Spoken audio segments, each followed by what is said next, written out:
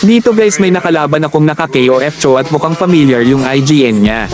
Kaya kasi simula pa lang ng game ganito na agad sinabi ko. Legit Red Cho ba? Fake. Aba may pa-humble ka pang nalalaman kaya naman malalaman natin sa naabutin yung pagka-humble mo.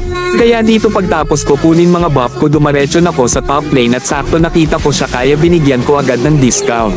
Parang Hillmark ata kalaban. Yung Babero. Scam yun, loyal na ko ngayon.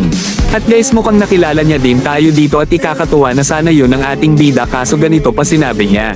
Malakas ka lang naman pag may babae. Ano pinagsasabi mong malakas lang ako pag may babae kahit naman wala malakas talaga ako. Kaya dito ipapalasap ko sa'yo yung bagsik ni Hillmark na walang kasamang above. Grabe lakas makatipi ah. Tapos dito guys nagulat ako biglang may palm restyle sa harap ko di niya ata alam na walang talabyan sa isang babero.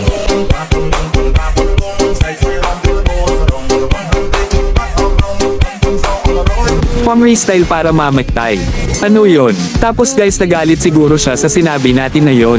Kaya dito pinrestylean niya na naman ako sabay TP.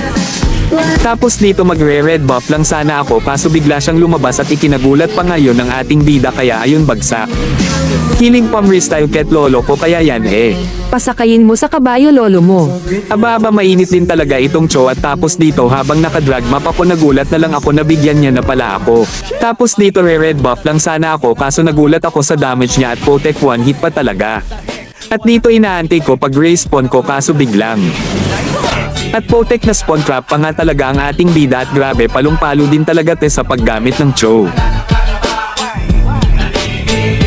At guys masyado nang nakakarami itong Cho kaya naman oras na para bumawi ang inyong bida. Kaya dito nakita ko siya na clear sa mid lane at nagbabaka sakali tayong dadaan siya dito at sakto umayon siya sa plano kaya nabigyan agad natin siya. Kaya dito ipapalasap ko sa'yo yung sarap ng ma-eye target lock na para kang isang above na pinaglalaruan sa kamay ng isang babero aka Hillmark.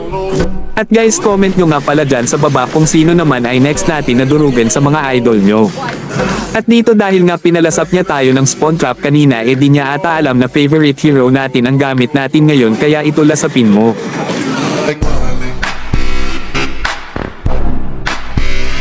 Looking like Miley.